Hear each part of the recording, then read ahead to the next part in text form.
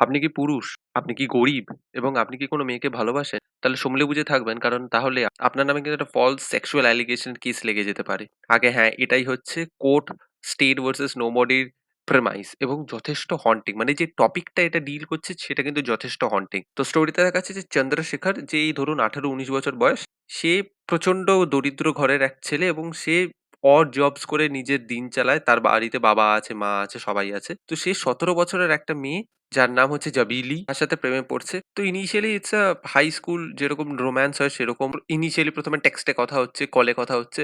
তারপর ওরা eventually meet করছে। তো এই জাবিলি যে রয়েছে তার বাবা মারা গেছে এবং কাকা সেই বাড়ির সব গুরুদায়িত্ব নিজের ঘাড়ে তুলে নিয়েছে। কাকা হচ্ছে প্রচন্ড অর্থোডক্স, মানে ওর সামনে যদি কোনো মেয়ে স্লিভলেস ও পড়ে আসে সেই বাড়ি, তাকে একদম তুলোধনা করে ছেড়ে দেয়। এবং প্রচন্ড অথরিটেটিভ এবং প্রচন্ড একরুখা। সে জানতে পারছে তাদের বাড়ির মেয়ে এরকম এক দরিদ্র ঘরের ছেলেকে ভালোবাসে। তার মাথা ঘুরে যাচ্ছে এবং তার নামে যত রকমের ফলস সেক্সুয়াল হ্যারাসমেন্ট এর কেস রয়েছে সেটা ঠুকে দিচ্ছে এবং পক্সো অ্যাক্টেও তাকে আটকে দিচ্ছে, কারণ মেয়েটার বয়স ১৭, তখনও ১৮ হয়নি। ইনিশিয়ালি যেই লয়ার আসে তাকে তো ঘুষ ঘাস দিয়ে তারা দূরে পাঠিয়ে দেয়। তখন প্রিয়দর্শন যে রয়েছে, যার এখানে চরিত্রের নাম সুরিয়া, সে এই কেসটা নেয় এবং তারপর সেই ছেলেটাকে বাঁচাতে পারবে কি পারবে না এবং আমাদের আইন ছেলের পক্ষে কতটা কঠোর, মানে কিছু প্রমাণ না হওয়া সত্ত্বেও তাদেরকে কত রকম কেস ফেস করতে হয়, সেই নিয়ে হচ্ছে এই পুরো গল্পটা। ২.৫ ঘন্টারই সিনেমা। হিন্দি ডাবিং রয়েছে Netflix এ, চাইলে দেখতে পারেন। হিন্দি ডাবিং কিন্তু ডিসেন্ট।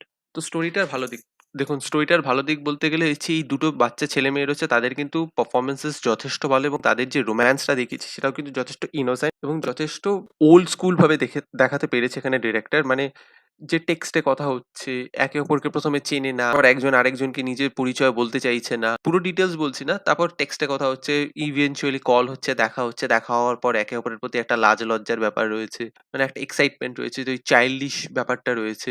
নতুন প্রেম। এই জিনিসগুলো কিন্তু খুব ইন্টারেস্টিং এবং সেগুলো স্টেজ যথেষ্ট ভালোভাবে হয়েছে। তো সেটা খুব ভালো। এবং এদের যে লাইফের যে ডিফারেন্সটা রয়েছে, মানে ফাইন্যান্সিয়াল স্ট্রেটার যে ডিফারেন্সটা রয়েছে সেটা কিন্তু ইনিশিয়ালি ভালোভাবে দেখাতে পেরেছিল। এই যে প্লয়, এই যে ছেলেটার যে কষ্ট, মানে ওকে যে টর্চার করছে, এতদিন ধরে ওকে রিমান্ডে আটকে রেখেছে, সেখানেও কিন্তু ছেলেটার পারফরম্যান্স যথেষ্ট ভালো হয়েছে। কোর্ট সিন গুলোয় কিন্তু ড্রামার স্টেজিংটা ভালো হয়েছে। সেখানে কিন্তু একটা tension certain amount of time অব্দি আপনাকে আটকে রাখতে পারে, আপনাকে এঙ্গেজ করে রাখতে পারবে সেই টেনশনটা। তো সেই জিনিসগুলো কিন্তু ভালো হয়েছে। এখানে কিন্তু দুটো স্টোরি লাইন কিন্তু সাইমালটেনিয়াসলি চলছে। একটা উকিলের এবং একটি লাভ স্টোরি। যেটা পরে গিয়ে একটা ট্র্যাজিক মোড় নিয়ে নেয়। তো সেইখানে কিন্তু মোটামুটি টু সার্টেন অ্যামাউন্ট, পুরোপুরি না, কিন্তু কিছু অ্যামাউন্ট অব্দি সেই ব্যালেন্সটা ওরা কিন্তু ইন্টারেস্টিংলি ধরে রাখতে পেরেছে। এবং এখানে যে ভিলেন রয়েছে তার যে ওভার দ্য টপ অ্যাক্টিং সেটা কিন্তু কনভিন্সিং। আমি এখানে একটা নেগেটিভ পয়েন্ট রয়েছে সেটা আমি পরে বলব। কিন্তু তার পারফরম্যান্স কিন্তু কনভিন্সিং। এবং যে মেসেজটা দিতে চাইছে যে টা পুরোপুরি মেয়েদের পক্ষে চলে এসছে। মানে সেখানে যদি প্রমাণ নাও থাকে মেয়েদের পক্ষে তেমনি কোনো, জাস্ট একটা অ্যালিগেশন এনে দিতে পারলেই ছেলেটার লাইফ একদম ধ্বংস হয়ে যাবে।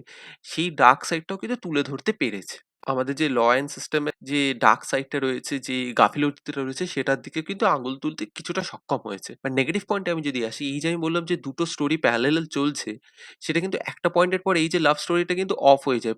মানে পুরো ফোকাসটা তখন প্রিয়দর্শিনীর চরিত্রের উপর চলে আসে এবং তখন জিনিসটা একটা ডিসব্যালেন্স হয়ে যায়। মানে তখন মেইন যে ক্রাইসিসটা সেটাকে একদম সাইড করে দেওয়া হয়। এবং এখানে প্রিয়দর্শনকে দেখানো হচ্ছে যে অনেকদিন ধরে একজনের আন্ডারে গ্রুম হচ্ছে, কিন্তু সে কখনো কেস পাচ্ছে না, অন্য সবাই কেস পাচ্ছে। তো সেখানে যে তার ফ্রাস্ট্রেশনটা থাকবে সেটাও আমরা কখনো বুঝতে পারছি না। মানে সে খালি বলছে কিন্তু আমরা কখনো ভায়া অ্যাকশন আমরা দেখতে পাচ্ছি না যে ফ্রাস্ট্রেটেড হচ্ছে কি করে? বা ফ্রাস্ট্রেশনটা হচ্ছে কেন? এবং কেন সে এই টাফ কেসটাই হাতে তুলে নিল? মানে এরকম র‍্যান্ডম একটা কেস পেয়ে গেল, আমি হাতে তুলে নিলাম। সেটাও না জাস্টিফাইড হচ্ছে না। মানে this is quite a tough case. তো ও ওরকম ওভার কনফিডেন্ট হয়ে গিয়ে কখনো নিয়ে নিতে পারবে? সেটা তো হবে না। হ্যাঁ, তবে ইনিশিয়ালি কিন্তু সেই যে ও কোর্টে যাচ্ছে, ও ঠিক করে নিজের পেশি রাখতে পারছে না, নিজের কোয়েশ্চেন গুলো ঠিক করে করতে পারছে না, সেইখানটা কিন্তু ভালো। এবং হুট করে একটা পয়েন্টের পর যে কনফিডেন্ট হয়ে যায়, যে একদম সাটাসাট সব করে দিচ্ছে, সেটা না একটা পয়েন্টে গিয়ে আপনার একটু ওভার জারিং মনে হতে পারে। এবং এখানে ভিলেনের পার্টটা আমি যেটা বললাম, পারফরম্যান্স কিন্তু যথেষ্ট ভালো কনভিন্সিং। কিন্তু জিনিসটা হচ্ছে একদম মানে ওয়ান ডাইমেনশনাল হয়ে গেছে। মানে সে খারাপ, খারাপ। কেন খারাপ? কি জন্য খারাপ? সে কেন একচ্ছত্র অধিপত্য করতে পারছে ওই পরিবারের উপর? সেই রিজনিং গুলো কোনদিনই ক্লিয়ার হচ্ছে না। এবং আমি যে বললাম যে ছেলেটার যে কষ্ট দেখাতে পেরেছে, যে ও যখন পুলিশ রিমান্ডে আটকে রয়েছে সেখানে ওর বাবা-মার কষ্টটা তেমনি ভালোভাবে বোঝা যাচ্ছে না। মানে কিছু সিনস রয়েছে সেখানে বোঝা যাচ্ছে যে বাবা-মা খুব কষ্টে রয়েছে, খুব দুঃখে রয়েছে যে ছেলে এতদিন ধরে পুলিশ রিমান্ডে আটকে রয়েছে। কিন্তু সেটা কখনো বয়া হয়ে দেখাতে পারছে না বা আমরা সেটা কখনো ভিজুয়ালিও দেখতে পাচ্ছি না। জাস্ট কোর্টে এসে কান্নাকাটি করছে সেটা তো না, তাদের বাড়ির দিকটাও দেখাতে হতো। সেটাও আমি কোথাও পেলাম না। তারপরে লাস্টের দিকে গিয়ে দুটো চরিত্র এখানের আর টার্ন নিয়ে নেবে। একটা টুইস্ট এর মতন সেটা রয়েছে। হঠাৎ করে টার্ন নিয়ে নেবে। সেই টার্নটা ভেরি ট্রিগারিং পয়েন্টটা কি সেটাও আমরা কখনো বুঝতে পারলাম না। এবং এখানে একটা ঘটনার কথা রয়েছে। সেই ঘটনাটা আমি ডিটেইলে বলছি না, স্পয়লার হয়ে যাবে। কিন্তু সেই ঘটনাটা যেভাবে দেখানো হয়েছে সেটা কিছু লোককে স্যাটিসফাই করবে। কিছু লোকের মনে হবে বাহ! খুব ইমোশনাল, ইনোসেন্ট জিনিসটা। আবার কিছু লোকের মনে হবে এইটা, এইটা নিয়ে এত বিল্ড আপ হচ্ছে।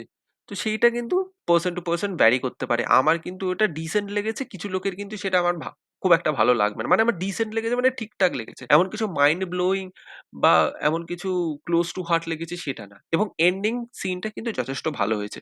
তো আমি হাইলি রেকমেন্ড করব, এই ফ্লস গুলো থাকা সত্ত্বেও এটা কিন্তু যথেষ্ট একটা এনগেজিং সিনেমা, যথেষ্ট এন্টারটেইনিং সিনেমা এবং এখানে একটা সোশ্যাল মেসেজও দিতে পারে এন্টারটেইনমেন্ট এর মোড়কের সাথে। তো আমি হাইলি রেকমেন্ড করব, আপনাদের কাছে যদি Netflix থেকে থাকে হিন্দি ডাবিং এ দেখতে পারেন। হিন্দি ডাবিং কিন্তু যথেষ্ট ভালো হয়েছে। সিনেমাটার নাম হচ্ছে কোট।